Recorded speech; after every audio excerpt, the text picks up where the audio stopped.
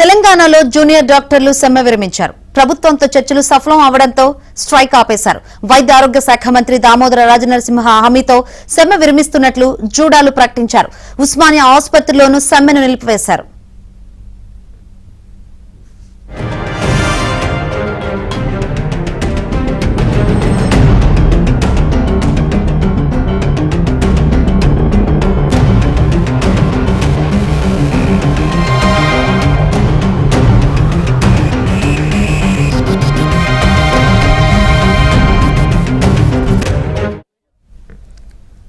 తెలంగాణలో జూనియర్ డాక్టర్లు సమ్మె విరమించారు. ప్రభుత్వం చర్చలు సఫలం కావడంతో స్ట్రైక్ ఆపేశారు. వైద్య ఆరోగ్య శాఖ మంత్రి దామోదర రాజనరసింహ హామీతో సమ్మె విరమిస్తున్నట్లు జూడాలు ప్రకటించారు.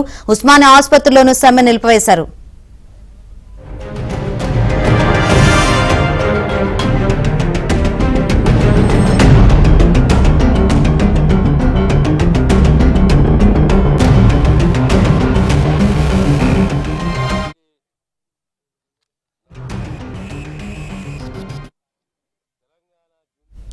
వైద్య ఆరోగ్య శాఖ మంత్రి దామోదర రాజనరసింహ మాట్లాడుతున్నారు. లైవ్ చూద్దాం.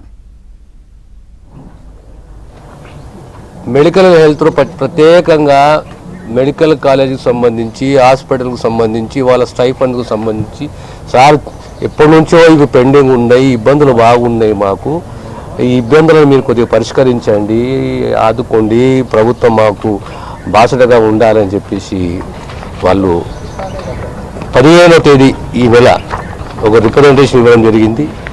అందులో ప్రధానంగా మాకు వచ్చే స్టైఫండ్స్ గ్రీన్ ఛానల్ ద్వారా రావాలని చెప్పి ఎప్పుడు మాకు గత ఇన్ని సంవత్సరాల నుంచి కూడా మాకు ఎప్పుడు ఇబ్బంది కలుగుతున్నది, అది ఇబ్బంది కలగకుండా చూడండి అని చెప్పేసి. రెండోది మా ఉస్మానియా గాంధీ గొప్ప చరిత్ర ఉన్నది, కానీ హాస్టల్ బిల్డింగ్స్ బాయ్స్ హాస్టల్ కానీ గర్ల్స్ హాస్టల్లే కానీ డెంటల్ హాస్టల్లే కానీ అదే రీతిలో గాంధీకి సంబంధించిన హాస్టల్ బిల్డింగ్స్ కూడా లేవు సార్. ఇవి బాగా ఇబ్బంది కలుగుతున్నది. ఇకపోతే కాకతీయ మా కేఎంసీలో కూడా ఇంటర్నల్ రోడ్ చాలా దెబ్బతిన్నాయి, మాకు ఇమ్మీడియట్లీ దానికి కూడా పరిష్కారం కావాలి.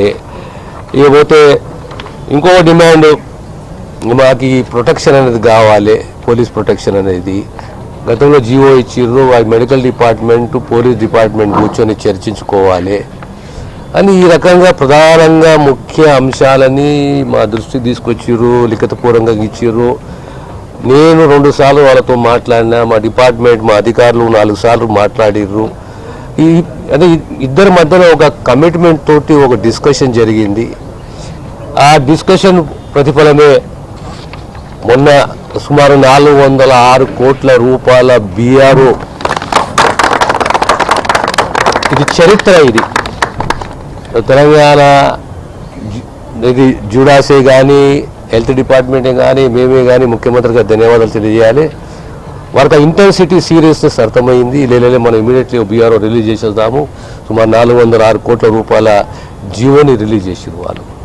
ఆ తర్వాత మొన్న లాస్ట్ వీకే మా సెక్రటరీ గారు, డిఎంఈ, ఆ సంబంధిత ఆ కళాశాల ప్రిన్సిపల్ అందరూ ఉస్మానికే కానీ గాంధీకే కానీ పర్సనల్గా విజిట్ చేసి, అరే వాస్తవము ఇక్కడ ప్లేస్ ఉన్నది, హాస్టల్ బిల్డింగ్స్ లేవు, ఇది అవసరము అని చెప్పేసి ఇమ్మీడియట్లీ ప్రభుత్వానికి రిపోర్ట్ సమర్పించి, తద్వారా మన ప్రపోజల్స్ గవర్నమెంట్కి వస్తే సుమారు ఉస్మానియా మెడికల్ కాలేజీకు సంబంధించి లేడీస్ హాస్టల్ 80 కోట్ల రూపాయలు, మెన్స్ హాస్టల్ 35 కోట్ల రూపాయలు, repairs and renovation to boys hostel అని చెప్పి 50 లక్షలు, laying of CC roads in Krishnaveni ladies hostel 40 లక్షలు, అంటే boys repairs renovation boys hostel 50 లక్షలు, ఇవన్నీతో సహా సుమారు 121 crores.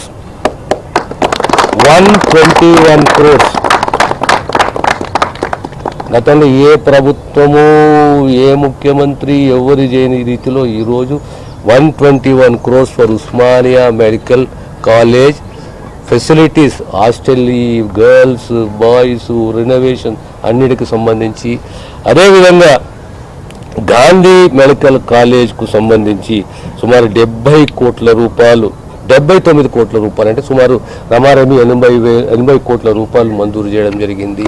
Kakatiya medical కాలేజ్కు 3.45 crores CC రోడ్లు. మా యొక్క విద్యార్థులు మోటార్ సైకిల్ పోతున్నా యాక్సిడెంట్లు అవుతున్నాయి సార్, పడుతున్నారు, గాయాలవుతున్నాయి, మాకు ఇమీడియట్లీ ఒక సీసీ రోడ్ కావాలని చెప్తే 3.45 crores తోటి ఒక సీసీ రోడ్ మంజూరు చేయడం జరిగింది.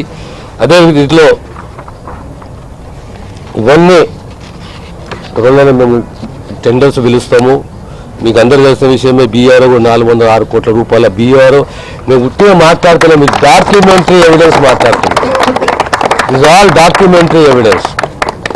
అంటే ప్రభుత్వానికి రేవంత్ రెడ్డి గారు, మా ముఖ్యమంత్రి గారి నాయకత్వంలో ప్రభుత్వానికి ఒక కమిట్మెంట్ ఉంది.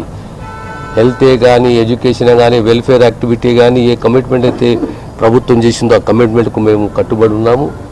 ఈరోజు చరిత్ర ఇలాంటి డాక్యుమెంటరీ ఎవిడెన్స్ గతంలో ఎప్పుడూ కాలేదు, జరగలేదు, జరగబోదు. ఈరోజు అడిగినరు, కూర్చున్నాము, అదే మన పిల్లలు ఏం అడుగుతున్నారు, ఈ డిమాండ్స్ ఏంటి, ఎంతవరకు మనం చేయగలుగుతాం. Yes, they are all genuine demands. మనం కూడా అటెంప్ట్ చేయాలి, ప్రయత్నం చేయాలి అని చెప్పేసి మేము చేయడం జరిగింది. ఇకపోతే